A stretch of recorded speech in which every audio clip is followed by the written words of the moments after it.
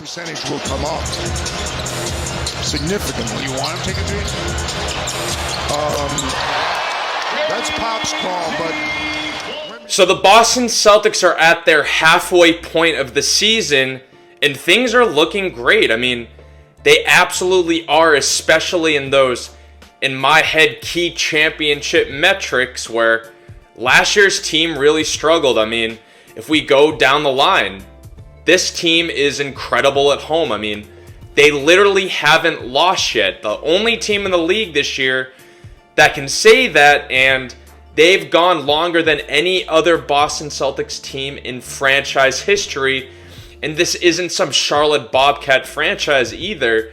So I think this has to say something. I mean, last year the Celtics struggled so much at home. It felt like TD Garden was some house of pain. I mean, there were times that I felt more comfortable with the team playing on the road, and ultimately that's just not sustainable.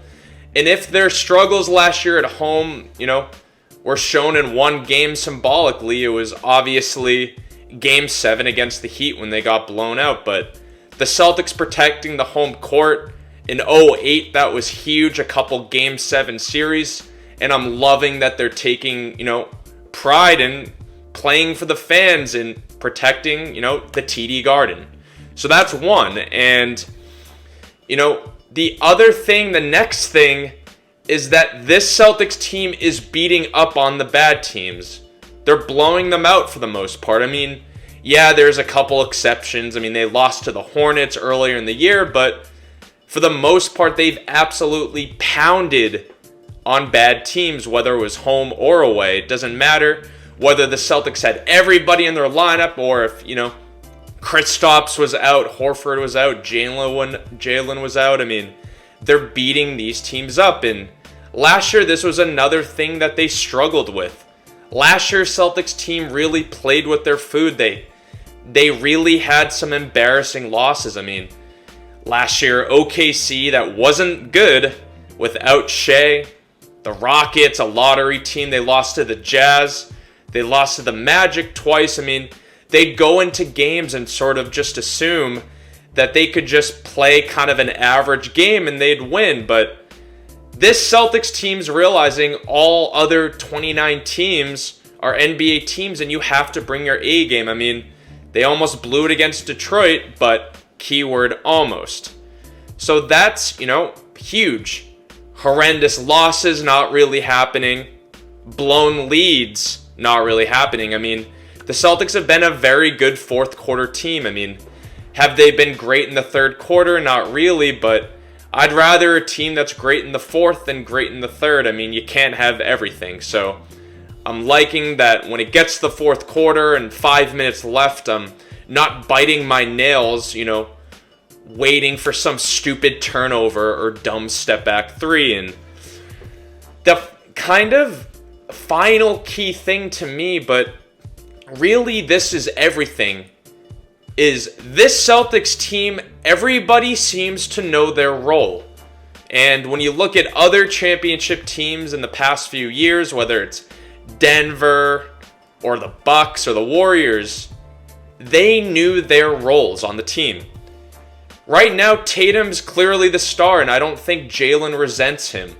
Last year, it felt like he did, and it felt like Jalen would try really hard to almost outdo Tatum, but I think now that he got paid, he's sort of, sliding back a little bit, and it seems like the chemistry between the two of them has gotten even better, and then Kristaps knows he's that kind of third option, 20 and 10 kind of guy when he plays.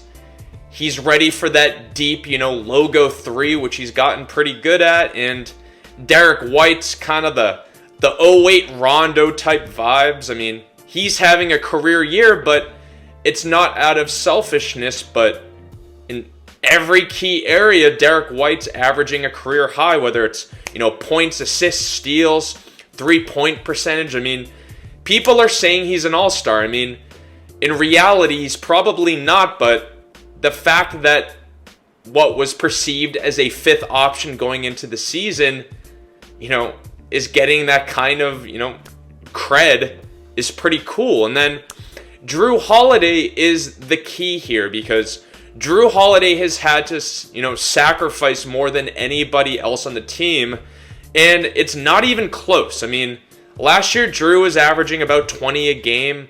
This year he's down to, 12 to 13.